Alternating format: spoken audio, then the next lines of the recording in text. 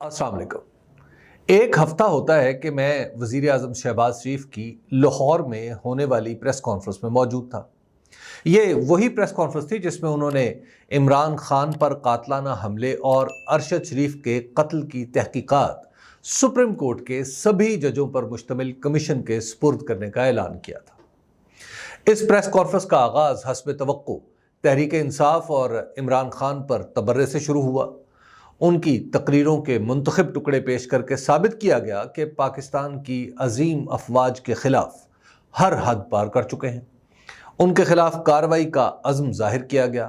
पाक फौज पर इमरान खान की तनकीद का जवाब दिया गया और फिर वो ऐलान हुआ जिसका मैं जिक्र कर चुका हूँ। जो बातें मैंने आपको चंद लफ्ज़ों में बताई हैं उन्हें कहने के लिए वज़ीर आज़म को तकरीबन 1 घंटा लगा। मैंने कभी शहबाज शरीफ को लफ्ज़ों का इतना मोहताज नहीं देखा जितने वो उस दिन लगे। उनके जुमले शिकस्ता, आसाब कशीदा और ख्यालात जलीदा लग रहे थे। वो एक बात शुरू करते तो दरमियान में से खुद ही उसका सिलसिला किसी और तरफ ले जाते, फिर उन्हें याद आता कि असल बात क्या है तो वापस आ जाते। मैंने उनकी अनगिनत प्रेस कॉन्फ्रेंसों की कवरेज की है, बेशुमार तकरीरें रिपोर्ट की हैं, लेकिन उस दिन की तरह फसाहत से खाली और बलागत से आ रही गुफ्तगू उनके मुंह से कभी नहीं सुनी। उनकी गुफ्तगू सुनने वालों को बता रही थी कि रवायती सियासतदानों की तरह उन्होंने अपने सबसे बड़े सियासी मुखालिफ के चुनीदा फ़िक्रों से वो सूरत हाल तराशने की कोशिश की है जो फ़ी नफ्सी ही वाक़या नहीं है बल्कि सिलसिला वाक़यात की एक कड़ी है। जब सियाक़ो सबाक़ के बग़ैर किसी गुफ्तगू के वो मानी अख़ज़ करने हों जो अपने मफाद में जाएं तो फिर लफ्ज़ साथ देते हैं ना फ़िक्रे संभाले जा सकते हैं। वो इमरान खान के उस बयानिए का मुकाबला कर रहे थे जो अमरीकी साइफर से लेकर आज तक के वाक़यात को मरबूत कर देता है।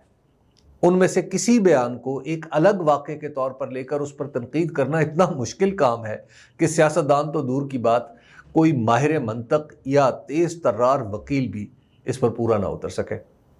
शहबाज शरीफ की इस प्रेस कॉन्फ्रेंस के अगले ही दिन कुछ सहाफ़ियों के हमरा इमरान खान के साथ उनके ज़मान पार्क लाहौर वाले घर में मुलाकात हुई।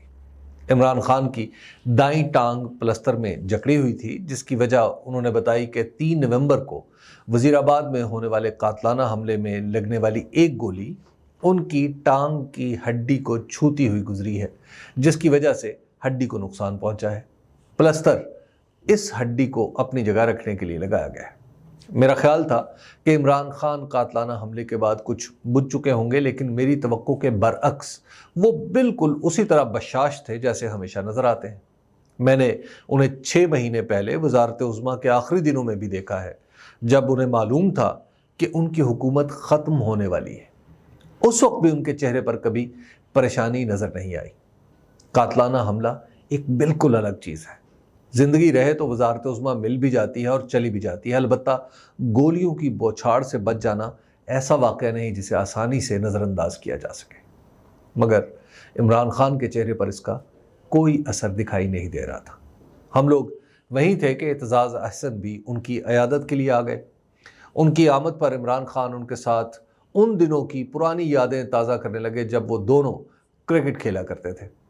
उनकी हल्की फुल्की बातें सुनकर यूँ महसूस हो रहा था जैसे इमरान खान को गोलियां नहीं लगीं, बस यूँ ही चलते फिरते खराशें सी आ गईं। जब सियासत पर बात चली तो भी उनके एतमाद में कोई कमी नहीं आई। उन्हें यकीन था कि वो अपने मकसद में कामयाब होंगे। हैरत की बात थी कि एक दिन पहले वज़ीर आज़म उन्हें फ़ौज के ख़िलाफ़ गैर ज़िम्मेदाराना बयानात देने का मुर्तकिब ठहरा रहे थे और वो हमारे सामने एक फ़र्द के सिवा सारी फ़ौज का दिफा कर रहे थे। उनका ख्याल था कि मुल्क में बुनियादी तब्दीलियाँ फ़ौज की मदद के बगैर लाना मुमकिन ही नहीं। वो कह रहे थे कि पाकिस्तान में ये वाहिद इदारा बचा है जिसकी मदद से दीगर तबाहशुदा इदारों की तामीर नौ की जा सकती है। शहबाज शरीफ अगर अपनी प्रेस कॉन्फ्रेंस में फ़ौज का दिफा अपनी जिम्मेदारी समझकर अदा कर रहे थे तो इमरान खान भी लगभग यही बात कह रहे थे। फ़र्क सिर्फ ये था कि शहबाज शरीफ के नज़दीक इदारे के तासुर को दुरुस्त करने के लिए सिर्फ लफ्ज़ काफ़ी थे, जबकि इमरान खान मुस्तकबिल की नक्शागरी करते हुए इदारे की सलाहियतों के मोतरफ थे। शहबाज शरीफ और इमरान खान के दरमियान हालात की तफहीम का यही फ़र्क है जो एक की कमज़ोरी बनकर उभर रहा है और दूसरे की ताकत। عمران خان جب وزیر اعظم تھے تو ملک کی اعلیٰ ترین افسران اپنے طویل تجربات کی روشنی میں جو کچھ انہیں سمجھاتے تھے اس پر ان کا رد عمل سابق وزرائے اعظم سے کافی الگ اور انداز دلچسپ ہوا کرتا تھا۔ سرکاری اجلاسوں میں کئی بار ایسا ہوا کہ انہوں نے بریفنگ دینے والے شخص کو درمیان میں روک دیا اور ماضی کی طے شدہ پالیسی سے بالکل ہٹ کر کوئی نئی ہدایت جاری کر دی۔ ایسے اجلاسوں میں وہ یہ کہنے سے بھی گریز نہیں کرتے تھے کہ آپ کو نہیں پتا، میں جانتا ہوں۔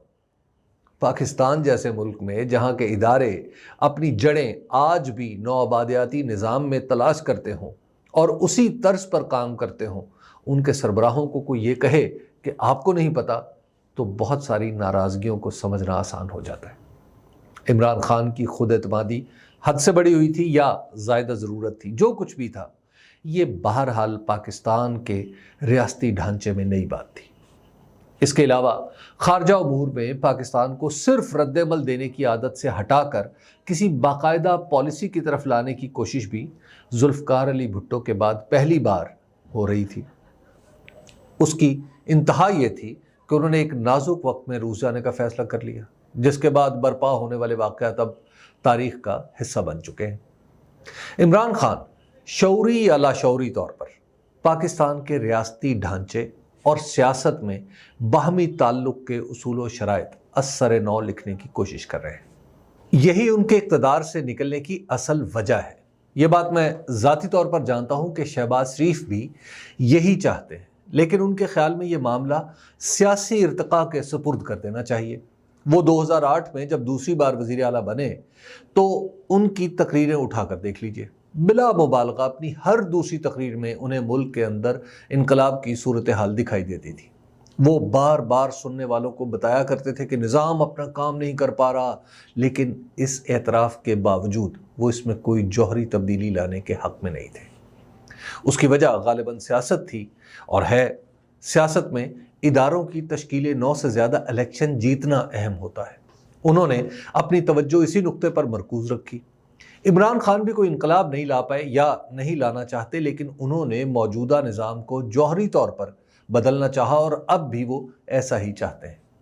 ان کی خواہش کے باوجود یہ سوالات اپنی جگہ اہم ہیں کہ اس حوالے سے خود انہوں نے تفصیلات پر کتنا غور کیا ہے اور ان کے پاس یہ کام کرنے کی اہل ٹیم بھی موجود ہے یا نہیں۔